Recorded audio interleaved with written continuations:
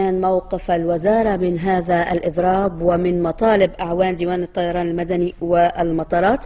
ينضم إلينا عبر الهاتف السيد محمد نضال الباطيني المستشار لدى وزير النقل مكلف بالإعلام والاتصال. سيد نضال الباطيني، أهلا بك.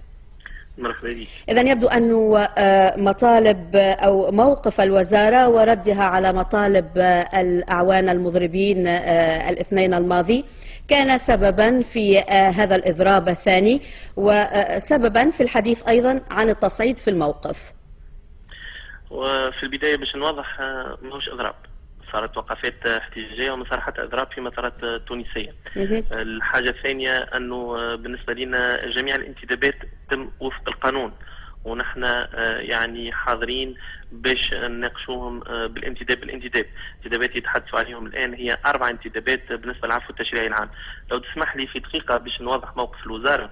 أنا الحاجه الاولى نحب نبشر التوانسه ونذكرهم انه المؤسسات العموميه ومنها ديوان الطيران المدني والمطارات لم تعد حكرا على عائلات بعينها او وسطات او تنظيمات مهما كانت. اللي يحدد الانتدابات هو القانون، من يحق له الانتداب يمر ومن لا يحق له الانتداب لا يمر. الوزاره فتحت تحقيق، هو هذايا صلب الموضوع. الوزاره فتحت تحقيق في الانتدابات قبل الثوره وبعد الثوره. باش نعطيك معلومه مفاجاه، فما 1000 انتداب تقريبا تم بالضبط بعد الثوره، منهم تقريبا 500 انتداب من ابناء اعوان واطارات ونستخدم ونقابيين يخدموا في وسط ديوان الطيران المدني والمطارات. وسمعناش احتجاجات، اصبحنا نلقاو الاب وزوجته والابن وبنت اخته يخدموا في نفس المؤسسه وما سمعناش احتجاجات. تم ارجاع ناس كانت يعني مورطه في سرقات وتم ارجاعهم، ما سمعناش احتجاجات. اليوم تصير احتجاجات على قانون العفو التشريعي العام و4 منتدبين لا نساوم في حقهم. رئاسه الحكومه بعثت لنا ونحن نطبقوا كوزاره نقل.